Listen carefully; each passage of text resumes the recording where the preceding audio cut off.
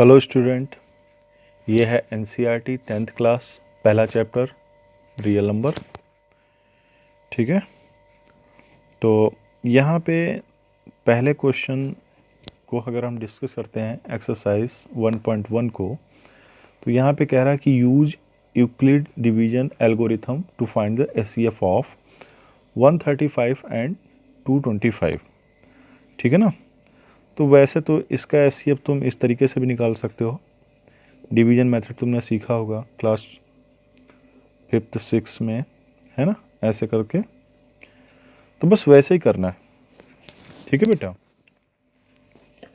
लेकिन बस इस तरीके, जब हम इस तरीके से सॉल्व करते थे, तो जैसे अगर हम 1 टाइम्स करें इसका, ठीक है ना, 1 टाइम करें यहाँ पे, तो आ जाएगा 135, नीचे कितना बचेगा 90। ठीक है ना। तो अब देखो, अगर हम इसको जब हम चेक करने चलते हैं ना, चेक करने के लिए, इस स्टेप को चेक करने के लिए, तो क्या लिखेंगे, 225 इधर लिखेंगे, ये है डिविडेंड, ठीक, ये है डिवाइजर, ये है क्वोशिएंट और ये है रिमाइंडर। तो डिविडेंड यहाँ आएगा, क्वोशिएंट यहाँ पे आएगा और रिमाइंडर यहाँ पे बचता है। तो बस ऐसे हमने इसको लिख लिया, लेकिन लिखने का तरीका है, ठीक है ना। अब इसके बाद में ये तो हो गया पहला स्टेप। उसके बाद में अब ये क्या होता है कि ये जो 90 है ये बन जाता है डिवाइजर, ठीक, और ये 135 जो है ये बन जाएगा डिविडेंड, ठीक। तो फिर जब 1 टाइम करेंगे तो कितना आएगा 45। तो अभी किसको लिखना है, इस 135 को, ठीक, 135 यहाँ पे रहेगा, ठीक, डिविडेंड बन जाएगा और 90 क्या होगा, डिवाइजर होगा हमारा, और क्वोशिएंट क्या आया 1 और रिमाइंडर बचा 45, ठीक। अब हमें क्या करना है, इस 45 इस 90 को, है ना, अब क्या बनेगा, ये 45 हमारा क्या बन जाएगा डिवाइजर और ये 90 बन जाएगा हमारा डिविडेंड, है ना। तो कितनी बार जाएगा 2 टाइम्स। तो क्या लिखेंगे, ये डिविडेंड, ये डिवाइजर, और ये क्वोशिएंट और रिमाइंडर हमारा 0, ठीक है ना। तो इस क्वेश्चन को ऐसे लिखना है, ठीक है ना। कई बार टीचर तो केवल यही मेथड बता देता है कि ऐसे ही तुम इसको सॉल्व कर डालो, तब भी एग्जामिनर नंबर दे देता है। तो अगर ये मेथड तुम्हें समझ में नहीं आ रहा, अगर तुम ये नहीं कर पाते तो ये कर डालो डायरेक्ट, ठीक है ना। वैसे तुम इसको लिखने के बजाय इस तरीके से लिखने की कोशिश करो, ठीक है ना। ये स्टेप्स में लिखा जाता है, first step, second step, third step, ठीक।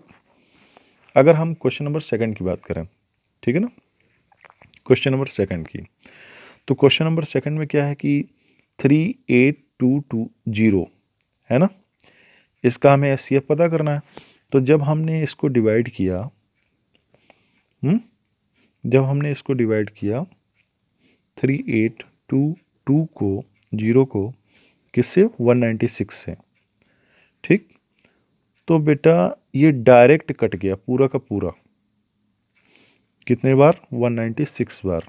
अब मैं ऐसे लिख रहा हूँ, तुम्हें डिवाइड करना है और रिमाइंडर बचता 0, तो इसका मतलब एचसीएफ हमारा क्या होगा, यही 196 हो जाएगा डायरेक्ट, ठीक है ना। अब हम इस वाले क्वेश्चन को सॉल्व करते हैं, तब तुम्हें फिर से समझ में आएगा। देखो ये क्या करना है, 255 हमारा हो जाएगा डिवाइजर, 867 ये हो गया डिविडेंड। कितनी बार करेंगे, 3 बार, 3 बार करेंगे, कितना आएगा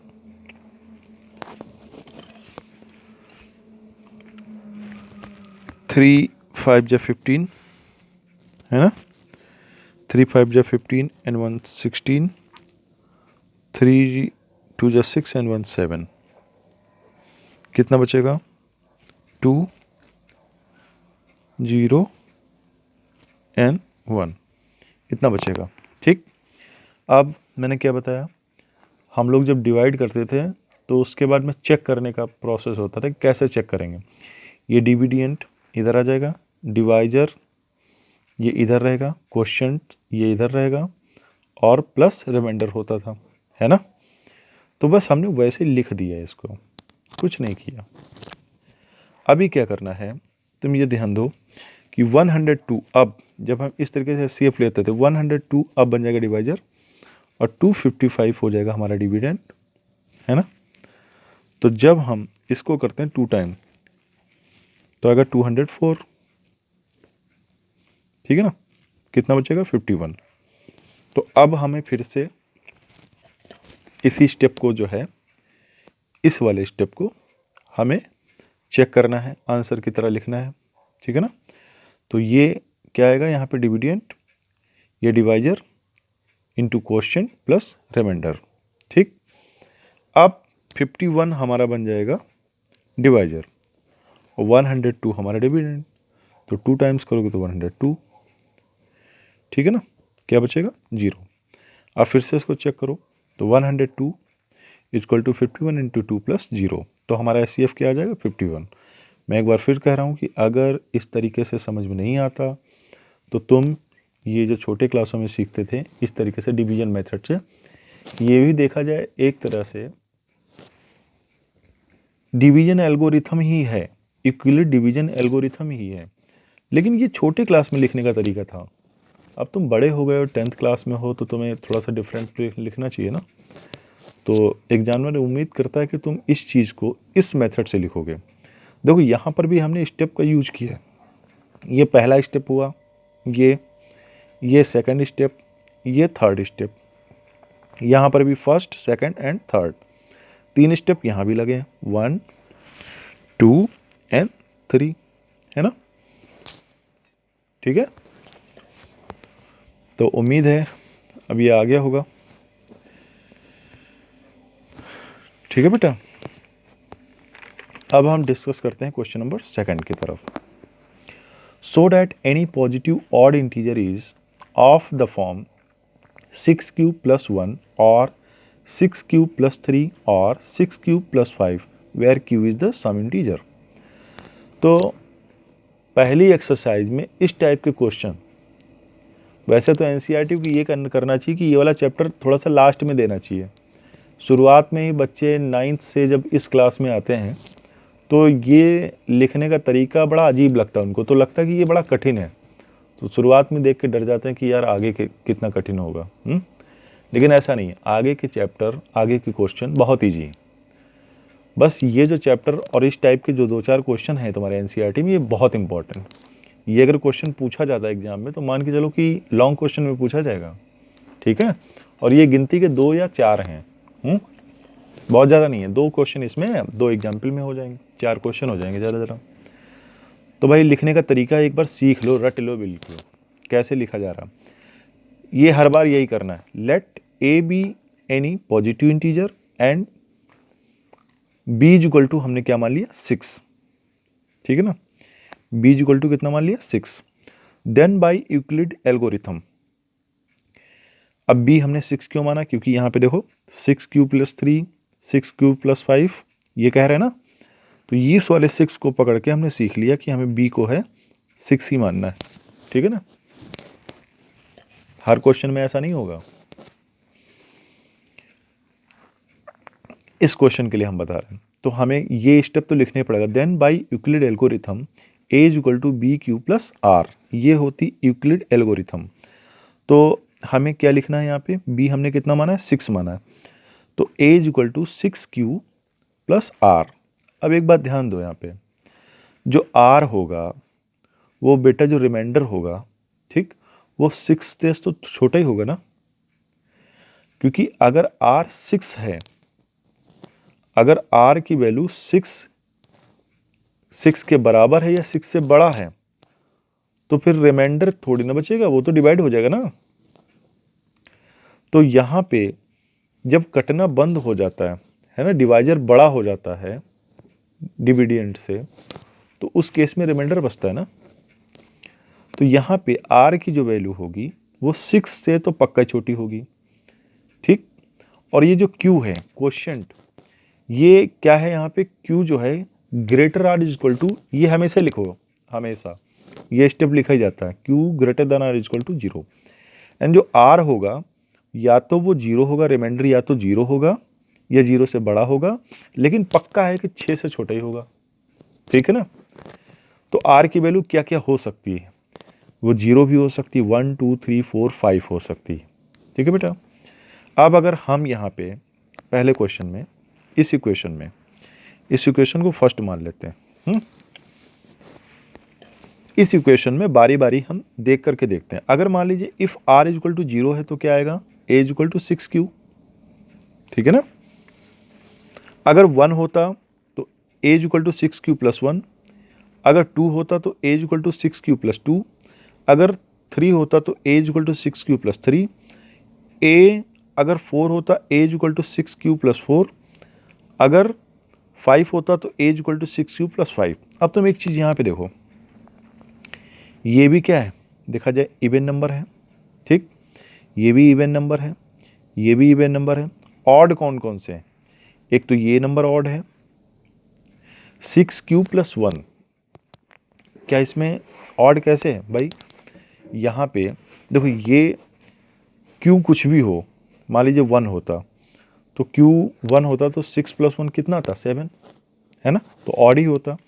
अब यहाँ पे देखो 6q प्लस 2 है, लास्ट में 2 है, तो इसका मतलब ये क्या इवन नंबर है। यहाँ पे 6q प्लस 3, ठीक, लास्ट में 3 है, तो ये भी एक ऑड ही नंबर होगा। 6q प्लस 4 ये इवन नंबर होगा। 6q प्लस 5 ये भी क्या होगा, ऑड होगा। तो बस इस क्वेश्चन को तुम इतना ही लिख दो, तुम्हारे लिए पर्याप्त है। ठीक, ज़्यादा हमने इसको एक्सप्लेन नहीं किया, पहले ही क्वेश्चन था तो हमने तुम्हें डराने की कोशिश नहीं की, वरना इस स्टेप को थोड़ा सा और डिटेल में किया जा सकता था, पूरा पेज भर जाता। तो हमने छोटा सा लिखने की कोशिश की कि इतना तुम्हें याद भी बना रहे। ठीक है ना, इतना ही लिख दो, पर्याप्त है। फिर से एक बार इस क्वेश्चन को देखो, क्या करना पड़ेगा, लिखना पड़ेगा let a be any positive integer. ठीक, और यहाँ पे इस b को भले बाद में मानो, तो then by Euclid algorithm a equal to b q plus r let b equal to 6। ठीक है ना। तो अब क्वेश्चन नंबर 3 देखो,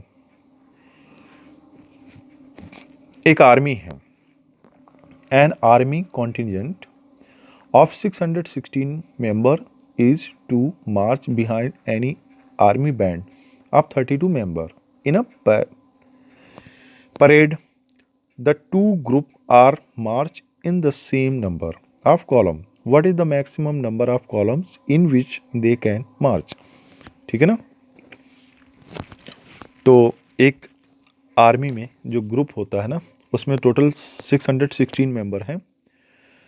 तो उन्हें क्या करना है, मार्च करना है आर्मी बैंड के पीछे, जिसमें क्या होने चाहिए, 32 मेंबर होने चाहिए। ठीक, हर लाइन में 32 मेंबर होने चाहिए। तो ये पूछ रहे हैं कि कितने नंबर ऑफ कॉलम बन सकते हैं, मैक्सिमम कितने नंबर ऑफ कॉलम बन सकते हैं। ठीक, जिसमें 32 मेंबर हों। इसका मतलब ये हुआ कि यहाँ पे 616 और 32 का एचसीएफ निकाल लो केवल। ठीक है ना। अब यहाँ पे तो इन्होंने ये तो नहीं कहा कि यूक्लिड एल्गोरिथम से निकालो, तो तुम किसी भी तरीके से निकाल सकते हो। डायरेक्ट डिवीजन मेथड लगा दो, उससे भी निकाल दो। ठीक है ना, या फैक्टराइजेशन मेथड से निकाल सकते हो तो उससे भी लगा दो। हमने देखो एल्गोरिथम से ही किया है, मगर मैं ये नहीं कहता कि तुम भी ऐसे करो। डायरेक्ट इन दोनों का एचसीएफ किसी तरीके से निकाल लो, और एचसीएफ जो भी आएगा वही हमारा आंसर होगा। तो हमने इसको निकालने की कोशिश की है, तो ये आएगा 616 इक्वल टू 32 इंटू 19 प्लस 8। ठीक है ना। तो अब क्या होगा, 32 को डिवाइड करना पड़ेगा, है ना, 8 से, तो ये बन जाएगा S C F equal to 8 आ जाएगा। बात समझ में आ रही कि नहीं। अब नहीं समझ में आई तो ये एक बार फिर से दिखाते हैं भाई। देखो 616 था और यहाँ पे 32। ठीक, कितनी बार जाएगा, 1 टाइम। तो कितना बचेगा, 31,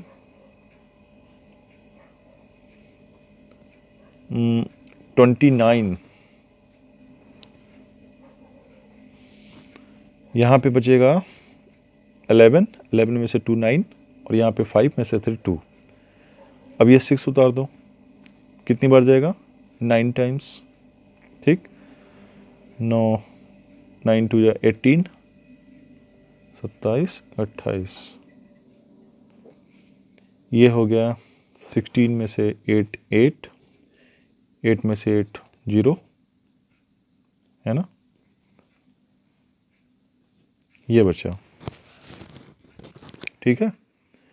तो अब देखो बेटा, जब हमने पहले स्टेप की बात कर रहे थे, पहले स्टेप की, ठीक, तो हमारा यहाँ पे देखो क्या बच रहा है, 8 बच रहा।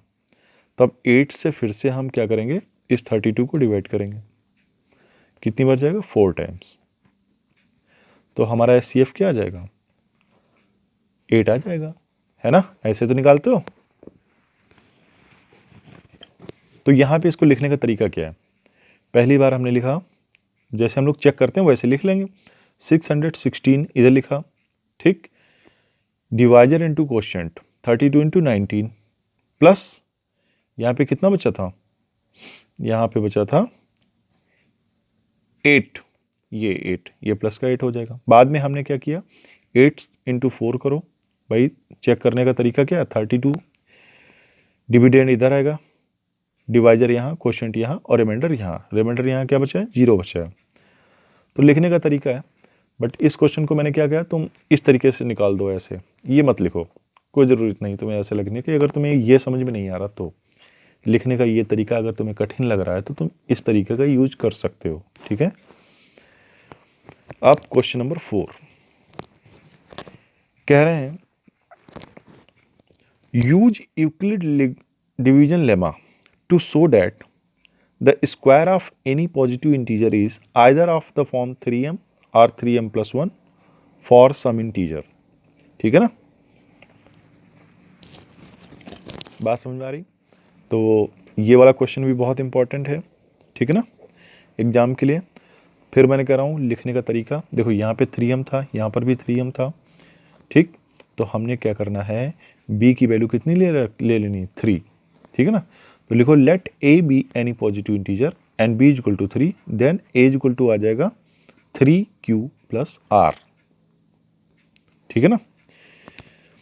तो r की जो वैल्यू होगी पक्का है कि वो 3 से कितनी होगी? छोटी होगी। तो यहाँ पे क्या है, यहाँ पे लिखेंगे कि r is less than or is equal to 0, और ये greater than r is equal to greater than or is equal to 0 and less than 3, ठीक है ना, ये 3 से छोटा होगा। And q is greater than 0 r is equal to 0, ये वाला पॉइंट हमेशा लिखा जाता है। तो r की वैल्यू क्या आएगी, या तो 0 आएगी, या 1 आएगी, या 2 आएगी, लेकिन 3 से तो पक्का छोटी आएगी। अब सपोज करो फर्स्ट केस में कि r इज इक्वल टू 0 आ गया, ठीक है ना, पहला केस है। If r is equal to 0 then क्या होगा, इसमें r की वैल्यू 0 रखो तो यहाँ पे क्या मिलेगा? 3q, है ना। अब हमें क्या करना है, उन्होंने क्या क्वेश्चन में क्या कहा है कि इस टाइप के नंबर का अगर स्क्वायर करो, है ना, तो हम दोनों साइड में स्क्वायर कर देंगे, इधर आ जाएगा a स्क्वायर, इधर हो जाएगा 3q स्क्वायर, कितना आ जाएगा? 9q square. अब हम क्या करेंगे, 9q स्क्वायर को 3 ऐसे लिख लेंगे, 3 बाहर लिख लेंगे और एक 3q स्क्वायर अंदर लिख लेंगे, ठीक है ना। और इस टोटल नंबर को हम m मान लेंगे, क्या मान लेंगे? m। तो यहाँ पे क्या हो जाएगा? 3m, यहाँ पे लिखा भी हमने let m equal to 3q square, 3q square जो ब्रैकेट के अंदर लिखा है उसे हम m मान लेंगे, तो ये क्या हो जाएगा? 3m, ठीक है ना। तो तुम देख सकते हो कि हमारा a स्क्वायर क्या आया? 3m आया, ठीक है ना। अगर हम r इक्वल टू 1 ले लेते तो क्या होता? r इक्वल टू 1 यानी a equal to 3q plus 1 आ जाता। अब दोनों साइड में स्क्वायर करो तो ये क्या हो जाएगा? 3q प्लस 1 का स्क्वायर, ब्रैकेट ओपन करो तो 9q square plus 6q plus 1, ठीक। इन दोनों के अंदर हम क्या ले लेंगे? 3 कॉमन ले लेंगे, अंदर बचेगा 3q स्क्वायर प्लस 2q और बाहर बचेगा 1। अब इस ब्रैकेट के अंदर जो भी लिखा है ये वाली वैल्यू, इसको हम क्या मान लेंगे, m मान लेंगे। ठीक, तो जब हम m मान लेंगे तो ये हो जाएगा 3m प्लस 1। ठीक है ना, 3m प्लस 1। ठीक है बेटा। तो अगले में देखो, अगर r इक्वल टू 2 आता तो क्या होता, 3q प्लस 2, दोनों साइड का स्क्वायर कर दो तो ये हो जाता 9q square plus 12q plus 4। ठीक, अब रिमाइंडर तुम्हें पता है कि रिमाइंडर 3 से छोटा ही होना है ना। तो इस 4 को हमने क्या लिख लिया, 3 प्लस 1 लिख लिया। अब इस टोटल में से यहाँ से 3 कॉमन ले लो तो यहाँ बचेगा 3q स्क्वायर, यहाँ पे 4q और यहाँ पे 1, और ये 1 वाला, ये जो 1 है ये वाला 1 है। ठीक, अब यहाँ पे क्या करो, इस पूरे स्टेप को तुम्हें क्या मान लेना है, m मान लेना है। ठीक, क्या मानना है, m। तो फिर से क्या हो जाएगा, ये m लिखा है, ये हो जाएगा 3m प्लस 1। यानी कि तुमने देखा कि कोई भी पॉजिटिव इंटीजर है, ठीक, उसे हम क्या लिख सकते हैं, 3m प्लस 1। ठीक है ना, यहाँ पे लिखा है use Euclid division lemma to show that the square of any positive integer, मतलब किसी भी पॉजिटिव इंटीजर का को हम क्या कर सकते हैं, is either of the form 3m और 3m plus 1 for some integer. तो किसी भी पॉजिटिव इंटीजर के लिए, ठीक है ना, उसके कुछ इंटीजर्स के लिए हम उसको 3m प्लस 1 के फॉर्म में लिख सकते हैं। अब ये क्वेश्चन अगर तुम पहली बार देख रहे हो तो तुम्हारा सिर चकराएगा, बोलोगे सर समझ में नहीं आ रहा क्या सर कर रहे हैं। ठीक है ना, तो ज़्यादा टेंशन नहीं लेना, इसको 2-4 बार रिवाइज करो। ठीक, और ऐसे क्वेश्चन तुम्हारे बुक में मुश्किल से 4 या 5 हैं। ठीक है ना, बहुत ज़्यादा क्वेश्चन नहीं है। ठीक है, तो इन सारे क्वेश्चंस को तैयार कर डालो, क्योंकि इनमें से एक क्वेश्चन बोर्ड एग्जाम में लॉन्ग क्वेश्चन में रखा होगा, पक्का है। ये 4 क्वेश्चन तैयार कर डालो, अगर समझ में आता तो बहुत अच्छी बात है, समझ में नहीं आता तो इनको रट लो। और वैसे भी ये कोई कहानी है नहीं जिसको तुम आसानी से रट लोगे। रटने के लिए भी तुम्हें समझना पड़ेगा ना कि क्या क्या स्टेप हैं, कहाँ कहाँ कैसे लिखना है। ये जब समझ जाओगे तो ये आसानी से तुम्हें रट जाएगा, वरना रटने में भी बड़ी कठिनाई होगी। इस क्वेश्चन को 2-4 बार तुम्हें करना है। ठीक है बेटा। अब हम क्वेश्चन नंबर 5 की बात करते हैं। इसी टाइप का एक क्वेश्चन है। ठीक है, फिर से वही बात, use Euclid division lemma to show that the cube of any positive integer is of the form 9m 9m plus 1 और 9m प्लस 8। तो क्या करना है, let a be any positive integer and b equal to 3, तो a equal to 3q plus r। ठीक, अब देखो मैंने क्या कहा था, उन वाले क्वेश्चंस में मैंने कहा था कि यहाँ पे देखो जो 9 दिया है 9 दिया है 9 दिया है, तो b इक्वल टू 9 ले लो। ठीक, लेकिन मैंने वहाँ पे कहा था कि ये सबके लिए नहीं होगा, कुछ क्वेश्चन होंगे जिनमें तुम्हें ध्यान रखना पड़ेगा। यहाँ पे 9m लेने से काम नहीं चलेगा, यहाँ पर केवल b की वैल्यू 3 ले लो। ठीक, तो let a be an positive integer and b equal to 3, तो a equal to 9q plus r।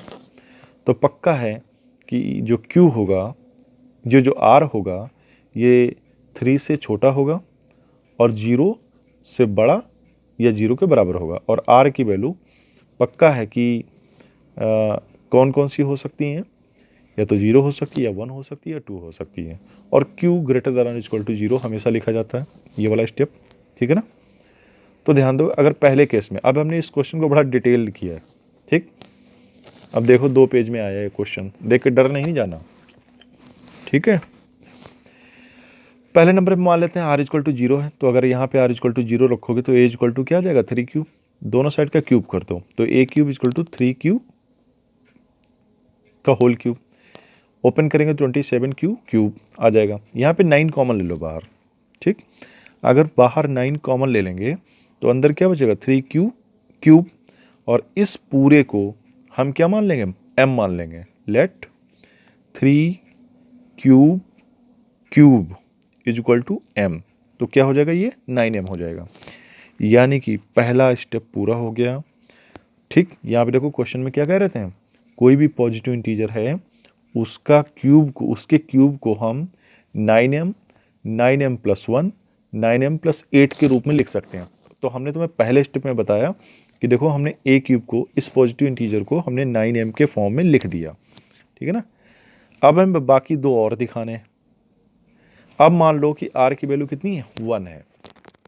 r की वैल्यू 1 है तो क्या आ जाएगा, a = 3q+1, a = 3q+1। तो दोनों साइड का क्यूब कर दो, 3q+1 का होल क्यूब, तो ये आ जाएगा 3q³ + 1q + 3q × 1 ब्रैकेट में 3q+1, और भी सबको ब्रैकेट ओपन करो तो ये आ जाएगा 27 क्यूब q³ + 27 q² + 9q+1। ठीक, अब हमें क्या करना है इस बड़े से स्टेप में, यहाँ पे हमें 9 कॉमन ले लेना सब में, इन तीनों में से। तो 9 कॉमन लेगो तो अंदर बचेगा 3q³ + 3q² + q और बाहर 1। इसको हमें क्या करना है, पूरे स्टेप को हमें मान लेना m। तो यहाँ पे आ जाएगा 9m और ये प्लस का 1। ठीक, तो यहाँ पर भी देखो, ठीक, जब r = 0 था तब भी हमने 9m के फॉर्म में लिखा। अब r = 1 है तो हमने इसको क्या लिखा, 9m+1 के फॉर्म में लिखा। अब r = 2 होता है तो देखो क्या होगा, a = 3q + 2, दोनों साइड का होल क्यूब, दोनों साइड क्यूब कर दो, है ना। तो जब दोनों साइड का क्यूब करेंगे तो क्या बचेगा, ये हो जाएगा a³, ये 3q³ + 2q + 3 × 3q + 2 + 3q + 2। अब भाई कैसे किया है ये तुम ध्यान देना भाई, a + b का होल क्यूब जो होता है ना, वो होता है a³ + b³ + 3ab और ब्रैकेट में a + b। ये फार्मूला होता है, इस फार्मूले से खोला है हमने। ठीक है ना, पता होना चाहिए तुम्हें भाई। 3 3 × 9 and 2 18 होता है। यहाँ पे क्या लिख लिया हमने, अच्छा डायरेक्ट कर दिया। 3 3 × 9, 2 × 18, 18 3 × 54 q² और 18 2 × 36 q। ठीक, अब हमें क्या करना है बेटा, यहाँ पे जो 8 है इसको बाद में लिख दो, बाकी इसको, इस स्टेप को और इस स्टेप को अंदर लिख लो। अब हमें इनमें क्या करना है, इनमें हमें 9 कॉमन ले लेना। 9 कॉमन लोगे तो अंदर बचेगा 3q³ + 6q² + 4q + 8। ठीक, और यहाँ पे इसकी जगह पे अगर हम m लिखते हैं, है ना, अगर इसको हम m मान लें तो हो जाएगा a³ = 9m+8। ठीक है बेटा, तो तुम देख लिया कि हमने इसको 9m 9m+1 और 9m+8 में रिप्रेजेंट कर दिया। ठीक है ना, यही लिखने का तरीका है। मैं फिर कह रहा हूँ, इन क्वेश्चनों को देख के डरना नहीं, ये स्टार्टिंग है। ठीक है ना, तो जब तुम स्टार्टिंग में ये वीडियो देख रहे होगे तो तुम्हारे मन में ये नहीं आ जाना चाहिए कि यार जब स्टार्टिंग के क्वेश्चन ऐसे हैं तो लास्ट के क्वेश्चन कैसे होंगे। ये डरना नहीं, धीरे धीरे ज्यों ही अंदर हम एक्सरसाइज में बढ़ेंगे तो तुम्हारे लिए मैथ बहुत आसान हो जाएगी। एक चैप्टर थोड़ा सा ट्रायंगल चैप्टर है, वो थोड़ा सा डिफ़िकल्ट है। ठीक, उसको भी रिवीजन करोगे तो अच्छे समझ में आ जाएगा। बाकी पूरी मैथ हलवा है समझ लो। ठीक है ना, कोई दिक्कत नहीं आएगी कहीं पर भी। लेकिन इन क्वेश्चंस को जो मैं बता रहा हूँ, मैं फिर से कह रहा हूँ, समझ में आया तो इनकी बहुत बार प्रैक्टिस करो, इतनी बार प्रैक्टिस करो कि ये रट जाए बिल्कुल। 4-5 क्वेश्चन है मुश्किल से और इनमें से पक्का है कि एक आएगा ही। ठीक है, तो तुम भाई तैयारी कर लो। बस देखो एक्सरसाइज फिनिश हो गई। अब हम एक्सरसाइज 1.2 डिस्कस करेंगे अगले वीडियो में। ठीक है बेटा।